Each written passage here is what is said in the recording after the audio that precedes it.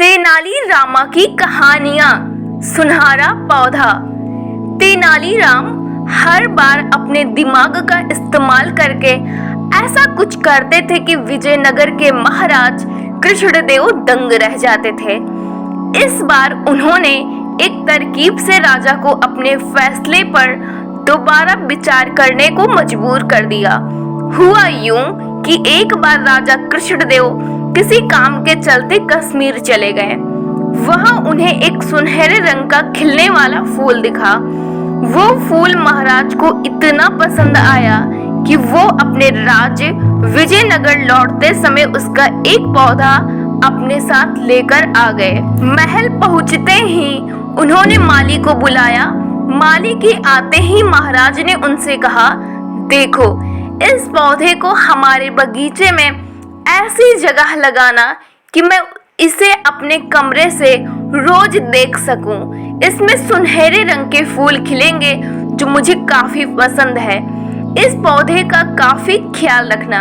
अगर इसे कुछ भी हुआ तो तुम्हें प्राण दंड भी मिल सकता है। माली ने सिर हिलाते हुए राजा से पौधा लिया और उनके कमरे से दिखने वाली जगह में उसे लगा दिया। दिन रात माली उस फूल का खूब ख्याल रखता था। दिन जैसे ही बीतते गए उसमें सुनहरे फूल खिलने लगे। रोज राजा उठते ही सबसे पहले उसे देखते और फिर दरबार जाते थे। अगर किसी दिन राजा को महल से बाहर जाना पड़ता था तो उस फूल को न देख पाने के कारण उनका मन दुखी हो जाता था। एक दिन जब राजा सुबह उस फूल को देखने के लिए अपनी खिड़की पर आए तो उन्हें वो फूल दिखा ही नहीं। तभी उन्होंने माली को बुलवाया। महाराज ने माली से पूछा, वो पौधा कहाँ गया?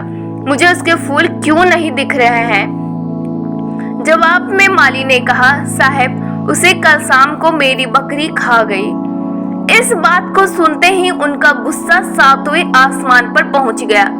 उन्होंने सीधे राजमाली को 2 दिन बाद मौत की सजा सुनाने का आदेश दे दिया। तभी वहां सैनिक आए और उसे जेल में डाल दिया। माली की पत्नी को जैसे ही इस बारे में पता चला वो राज दरबार में राजा से फरियाद करने पहुंची। गुस्से में महाराज ने उसकी एक बात न सुनी। रोते रोते वो दरबार से जाने लगी। तभी एक व्यक्ति ने उसे तेनालीराम से मिलने की सलाह दी। रोते हुए माली की पत्नी ने तेनालीराम को अपने पति को मिली मौत की सजा और उस सुनहरे फूल के बारे में बताया। उसकी सारी बात सुनकर तेनालीराम ने उसे समझा बुझाकर घर भेज दिया। अगले दिन गुस्से में माली की पत्नी उस सुनहरा फूल खाने वाली बकरी को चौराहे में ले जाकर डंडे से पीटने लगती है। ऐसा करते करते बकरी अधमरी हो गई। विजयनगर राज्य में पशुओं के साथ इस तरह का व्यवहार करना मना था। इसे क्रूरता माना जाता था। इसलिए कुछ लोगों ने माली की पत्नी की इस हरकत की शिकायत नगर कोतवाल को कर दी।